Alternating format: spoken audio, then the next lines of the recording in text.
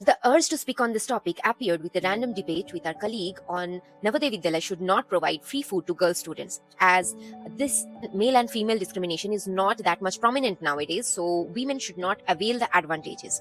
So these statements coming from so-called witty, educated intellectuals, so that leads to a question on human understanding on discrimination. It is often observed that people who achieve higher level of success tend to perceive the world through the lens of their own experiences. And this can lead to the belief that discrimination no longer exists, or it is no longer that much significant barrier. However, this perception is not objective perception of reality, rather a cognitive distortion shaped by personal trajectory. When individuals achieve upward mobility, they may attribute their success solely on merit and efforts, overlooking structural inequalities where they were not subjected to discrimination. As a result, they generalize their personal experiences as universal truth, assuming that the system is fair for everyone.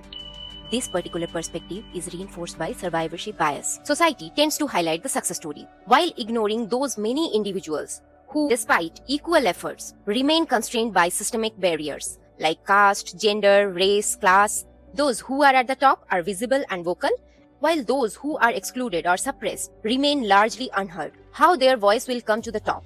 These imbalances creates a misleading narrative that opportunity is equally accessible to all. Moreover, success often creates social and psychological distance from marginalized experiences. As individuals move towards more privileged environment, their exposure to discrimination decreases. They forget that they are at the top 1% of the layer. There are 99% left underneath.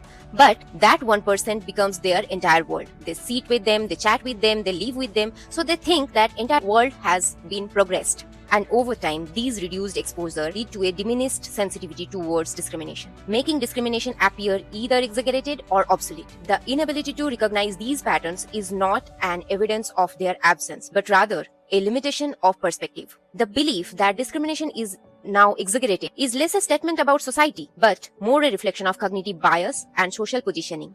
So to have accurate understanding about society, one should engage themselves with the broader structural realities. Only then the illusion of equality will be replaced with a more critical and inclusive perspective.